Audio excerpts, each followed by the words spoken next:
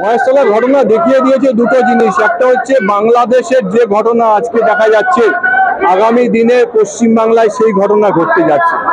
বাঙালি হিন্দুর অস্তিত্বটাই বিপন্ন। কিছু রাজনৈতিক দল তাদের নিজেদের কায়েমি স্বার্থের জন্য তারা হয়তো পালিয়ে যাবে, তারা বিদেশে কোথাও পালিয়ে যাবে, আর আমাদের মতো বাঙালি হিন্দুদেরকে এই নেকড়েদের মুখে ফেলে রেখে চলে যাবে। এবং পুলিশ প্রশাসন মার খাচ্ছে এর জন্যই, কারণ পুলিশ নিজের যে সম্মান, সেই সম্মান রক্ষা করতে পারছে না। যে অপরাধী পুলিশ আধিকারিকের বাড়ির মহিলা মায়েদের নামে নোংরা কথা বলেছে, অন্য রাজ্যে হলে এসপি তাকে দিনের আলোয় টেনে খিচড়ে থানায় নিয়ে আসতো মারতে মারতে। যদি সেটা করতে পারতো তাহলে পুলিশের সম্মান রক্ষা হতো।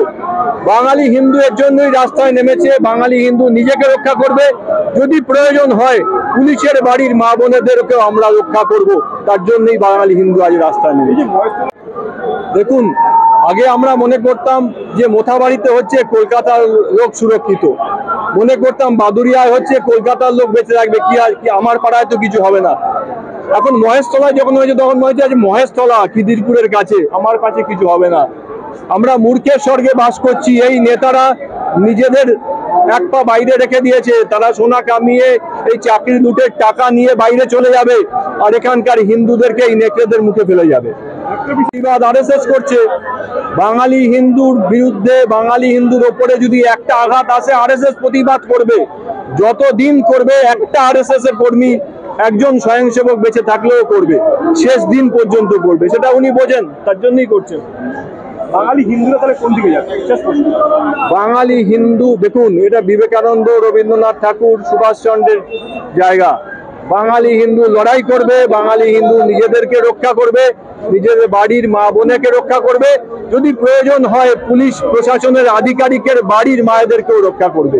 বাঙালি হিন্দুকে যারা মনে করছে দুর্বল, তারা ভুল করছেন। বাঙালি হিন্দুর চেহারা এখনো দেখেনি। সবাইকে একসঙ্গে পথে নামা উচিত। অবশ্যই দল মত সব নির্বিশেষে পথে নামা উচিত। বাঙালি হিন্দু নিজেকে রক্ষা করা উচিত, নিজের বাড়ির মা বোনেকে রক্ষা করা উচিত, নিজের ধর্মস্থান রক্ষা করা উচিত। পুলিশ প্রশাসনের বাড়ির, পুলিশের বাড়ির কোনো মহিলা আক্রান্ত হলে তাকেও রক্ষা করা উচিত।